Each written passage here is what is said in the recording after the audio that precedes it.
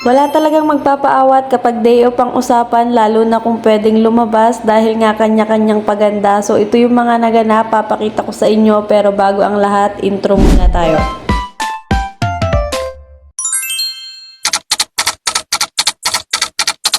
Hi guys! Welcome back sa video ng Squad Diaries. So ito nga yung mga kaganapan bago kami lumabas. Pagkagising nga namin, isa-isa na kaming naliligo dahil nga tanghali na din kami nagigising dahil nga medyo pagod at puyat kapag may pasok. Pero naman kapag ganitong day off ang usapan, talaga namang aagahan mo pa rin ang gising kahit puyat ka. At dahil nga bihira lang din kaming lumabas, kaya naman wala talagang magpapaawat na mag-ayos ng sarili dahil 2 times a month lang kaming lumalabas, kaya naman kailangan islay ang babae. Kaya ayan, sige, lagay pa ng makeup, basta wag lang kayong magmukhang clown, okay lang yan. At syempre, after nga mag-makeup, so maghahanap naman tayo ng susuotin, kaya yung mga pinakatatagong outfit, hahalungkatin talaga yan sa aming maleta. Makakailang sukat pa yan bago niya talaga mahanap yung pinakang outfit na gusto niya. At ayan na nga ang babae, nakahanap na ng susuotin niya, nag-pants at top nga lang tayo dahil nga as usual, mag-grocery at kakain lang naman muna kami sa labas. Wala din naman kaming ibang ganap ngayon at wala din kaming pupuntahan na ibang place para gumala, kaya ito lang muna yung suot natin. Pero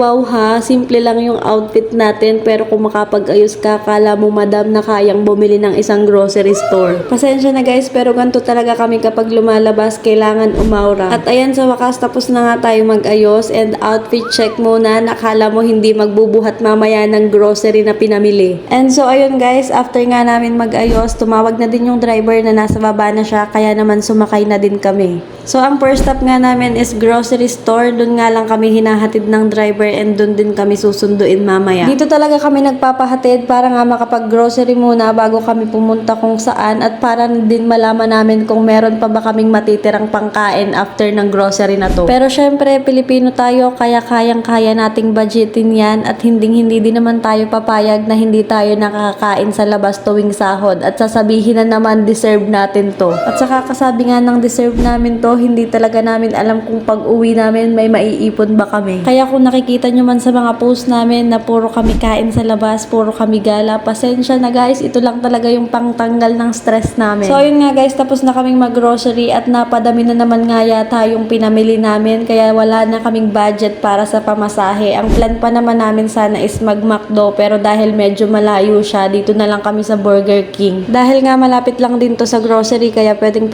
lakadin, and sabi namin try na namin yung Burger King dito kung kasing lasa ba ng Burger King sa Pinas. So ayan, pagdating namin, umorder na din kami, buti na lang may kabayan na nag-assist sa amin, kaya naman sobrang dali na lang namin naka-order. So mabilis lang din dumating yung order namin dahil nga kakaunti yung tao. Ewan ko ba, dito sa Saudi napapansin ko parang more on delivery sila. Burger and fries na nga lang pala yung in-order namin dahil ito na lang talaga yung kasya sa budget namin. Pero wag kayong mag-alala na busog naman po kami. At pagtapos nga namin kumain, bumalik na din kami dun sa mall na pinag-groceryhan namin, and dahil nga meron pa kaming oras bago kami sunduin ng driver, nagtingin-tingin lang kami dito sa itaas ng mga items na pwedeng bilhin, pero nag-window shopping lang naman talaga. At ito na nga guys yung kaganapan nung nasundo na kami and nakabalik na kami ng accommodation. So nag-prepare na kami ng mga pinamili namin, nilagay lang namin sa ref and sa freezer dahil nga 2 weeks na stock namin to, kaya kailangan talagang pagkasyahin namin to dito. Kaya naman nagtoka-toka kami kung alin yung i-organize namin dahil nga maliit lang yung rep, kaya kailangan naming pagkasyahin lahat ng mga pinamili namin dito. At ayun na nga guys, that's it. Nakita nyo na yung kaganapan namin ngayong day off. Kaya naman kung nakaabot ka hanggang dito sa dulo at gusto mo pang makita yung mga susunod pang ganap namin, and like and follow mo na to. Thank you for watching. Bye-bye!